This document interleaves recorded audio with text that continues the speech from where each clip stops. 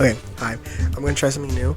I'm going to see if I can record a little something immediately after I beat the next BEFFIOBSIWWM thing. And then I'll record the final thoughts later and edit it later. But I think 5 minutes ago, just got done with Final Fantasy Mystic Quest.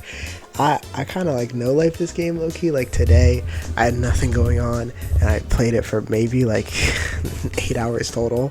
Is all I did today is play Final Fantasy Mystic Quest, and it didn't deserve it.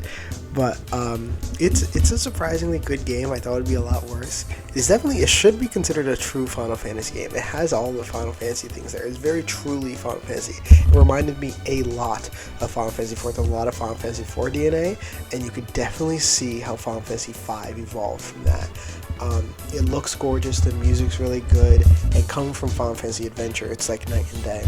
I will say there's a lot of similarities to Final Fantasy Adventure as well, how the weapons are the main form progression. You get different weapons, they do different things in the world, similar to Final Fantasy Adventure. A lot of those things, like you get a claw, which is basically a chain from that game, the axe still cuts down trees. It's pretty good. Combat was really basic, classic turn-based RPG. The only problem is you only have one partner, which kind of, when I want to like strategize and do stuff, it kind of got stifled because I only had like one extra turn with me. But the main thing about this game is that it was made because Square Enix was scared that Americans would be too stupid to understand an RPG, a turn-based RPG, so they made this extra easy for Americans, the American Final Fantasy. And you could definitely see that. This game is absolutely terrified of inconveniencing you in any single way. The moment that it gives you something to maybe, think about, it just in the form of a limited resource, it gives you so much of that resource that it's all the time that you don't even have to think about using it because you're always going to have enough. There's no random encounters. Every encounter is chosen, and they don't respawn after you beat them, only after you exit a thing. It's also it's the Super Mario Bros. 3 of Final Fantasy, where you choose what level you want to go through on a world map, and then there's a lot of warp whistles across that you unlock that you can go between the different towns and whatever. It's still a crystal game. You still have 4 crystals you need to save, but there's a 5th crystal who takes the place of your guide, because he takes the form of a human to guide the main character. It's a stupid story. The story doesn't really matter at all. Is so afraid to inconvenience you. There's no random encounters. I will say it did inconvenience me because Petrify is a stupid ass mechanic in this game.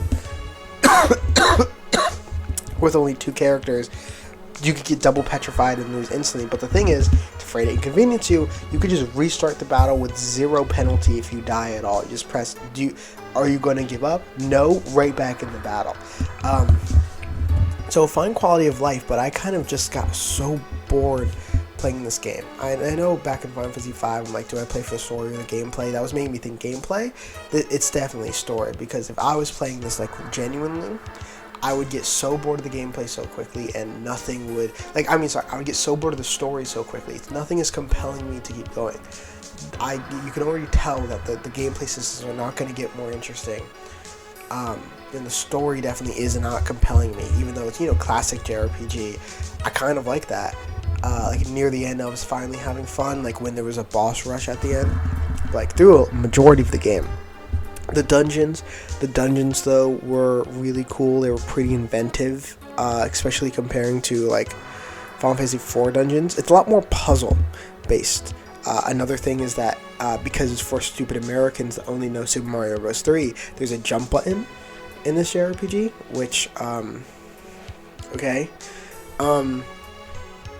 and so for the jump button, it's just there, and you can jump over 1 block gaps, and so that's a lot of puzzle things. And it's so weird that there's a jump button. I don't understand why they made a jump button to make it more seem familiar. I don't really know, but the dungeons are pretty inventive. There's one where you kind of have to make the path as you go. You have to kind of make the path drop off, continue making the path drop off.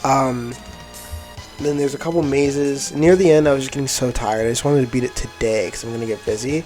So I was just looking up the maps and stuff so I wouldn't get lost. Because at first, I was kind of doing everything. I was also playing this using retro achievements, so I got like a lot of achievements, like doing optional stuff I didn't realize. Because I kind of just wanted to explore. In lieu of random encounters, how you get those more encounters is there's battlefield squares.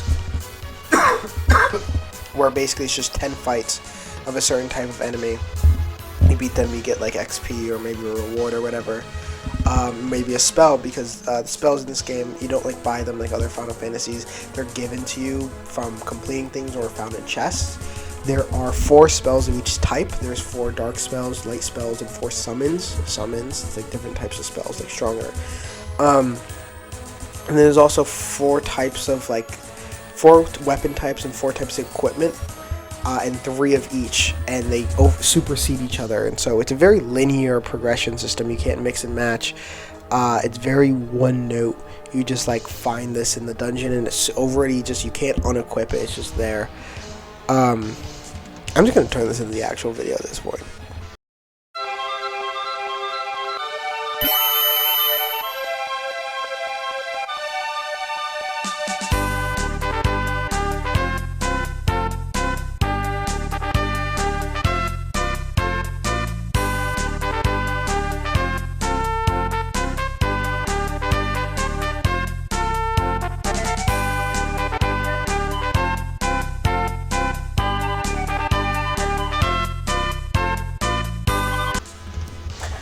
I'm talking about everything.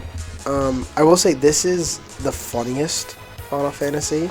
Albeit it tries to be the funniest, and it succeeds part of what it tries to do. It tries to inject humor into the story by just having things going on, and the character just goes like, he shrugs. He has a weird shrug animation.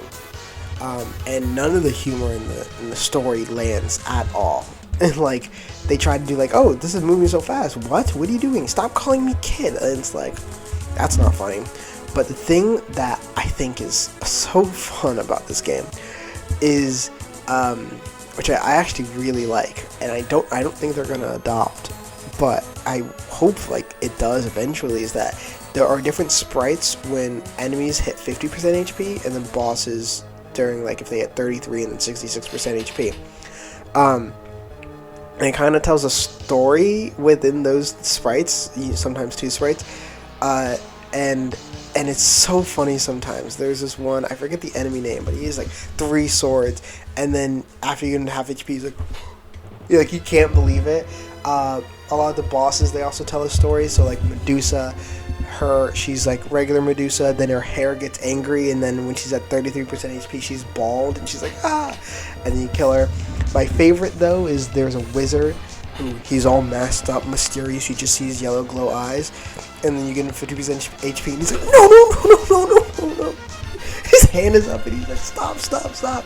It is, that screenshot of him going like this is already some of my profile pictures on place. It might be my YouTube profile picture. I'll be quite honest. That's so funny.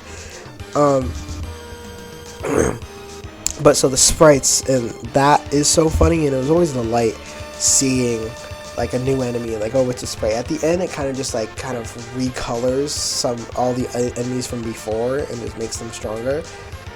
So you don't get to see new animations for that. It's just a different color of them. But still, that concept is really, really fun, and is the best thing about this game.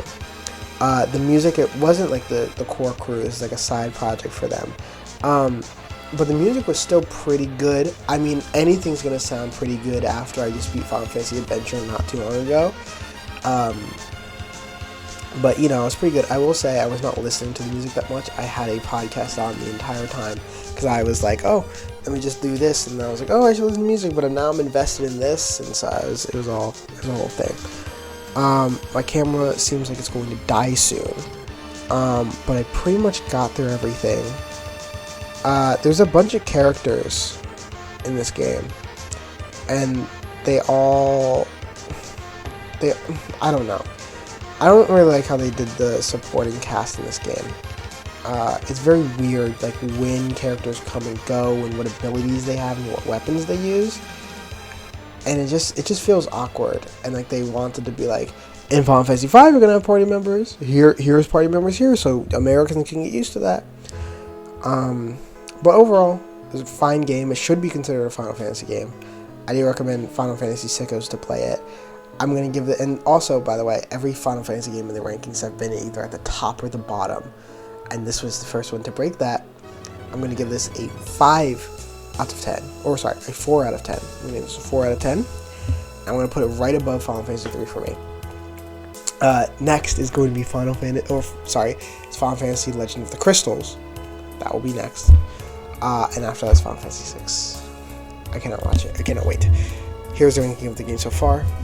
Thank you, and I hope you have a great day.